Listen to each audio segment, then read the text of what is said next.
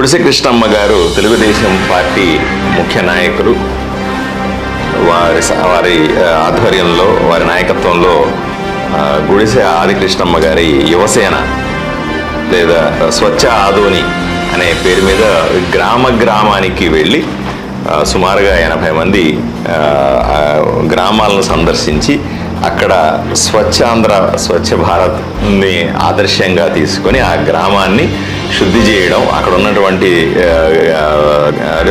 ప్రభుత్వ స్థలాల్లో అక్కడ ఉన్న డ్రైనేజీలు క్లీన్ చేయడం కానీ, అక్కడ ఉన్నటువంటి గలీజ్ని తీసేయడం కానీ, లేదా క్లీన్గా ఉంచడం ఎలా అనే అవగాహన కల్పించడం కానీ ఈ పనులన్నీ కూడా చేస్తూ ఉన్నారు. అదే సమయంలో ఆ గ్రామాల్లో ఉన్న సమస్యలు కూడా తెలుసుకునే ప్రయత్నం చేస్తూ ఉన్నారు.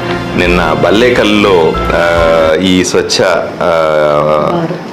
భారత్ స్వచ్ఛ ఆంధ్ర స్వచ్ఛ ఆదోని అనే కార్యక్రమాన్ని బల్లేకల్ గ్రామంలో ఆదోని మండలంలో నిర్వహించామని ఈరోజు అందరూ వచ్చి మా తెలుగుదేశం పార్టీ నాయకులందరూ కూడా వచ్చి చెప్తా ఉన్నారు. చాలా సంతోషం అనిపించింది నాకు. ఎందుకంటే స్వచ్ఛందంగా మా తెలుగుదేశం పార్టీ నాయకులు అన్న కార్యకర్తలందరూ కూడా ఈ రకంగా గ్రామానికి వెళ్ళి స్వచ్ఛాంధ్ర కార్యక్రమాన్ని చేపట్టడం అన్నది చాలా అద్భుతమైన విషయం, ఆదర్శవంతమైన విషయం. ఇది మిగతా నియోజకవర్గాల్లో కూడా రాష్ట్రం అంతా కూడా ఒక ఆదర్శవంతమైన పని చేస్తున్నారు మా నాయకులందరూ కూడా. సో వీళ్ళందరినీ కూడా నేను ప్రత్యేకంగా అభినందిస్తా ఉన్నా. ఇక్కడ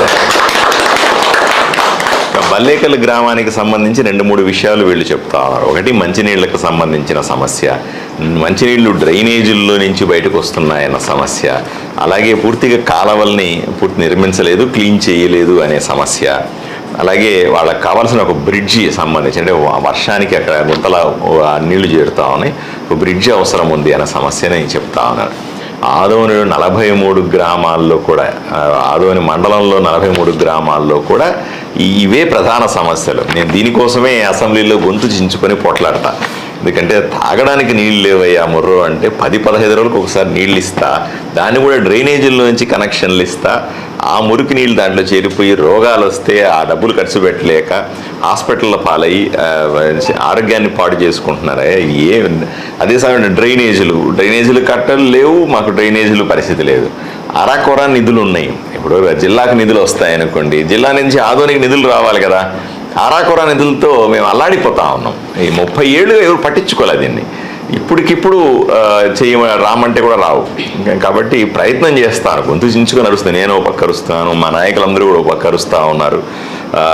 ప్రజల్లో అవగాహన తెచ్చే ప్రయత్నం చేస్తా ఉన్నాం. మేమంతా కలిసి జిల్లా అధికారులను కానీ రాష్ట్ర మంత్రుల్ని కానీ మరింత గట్టిగా అడిగి, అయ్యా మాకు ప్రత్యేకంగా నిధులు ఇవ్వండి. మేము 3 అడుగుతున్నాం: మంచినీళ్ళు, మరుగుదొడ్లు, మురికి కాలువలు. ఈ 3 కీలకం మాకు.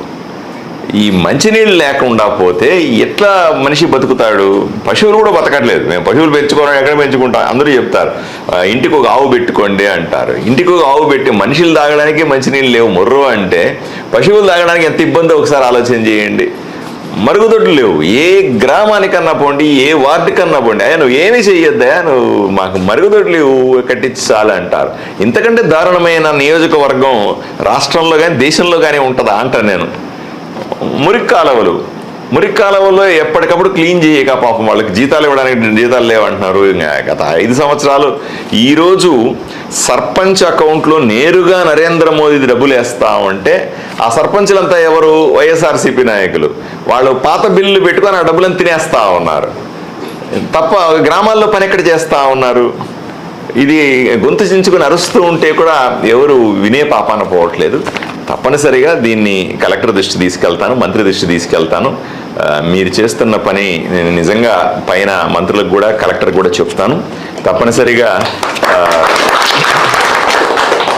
వీలైనప్పుడు తప్పనిసరిగా నేను కూడా ఒకరోజు మీతో కలిసి స్వచ్ఛ ఆంధ్ర స్వచ్ఛ ఆదోని కార్యక్రమంలో పాల్గొంటానని తెలియజేస్తాను.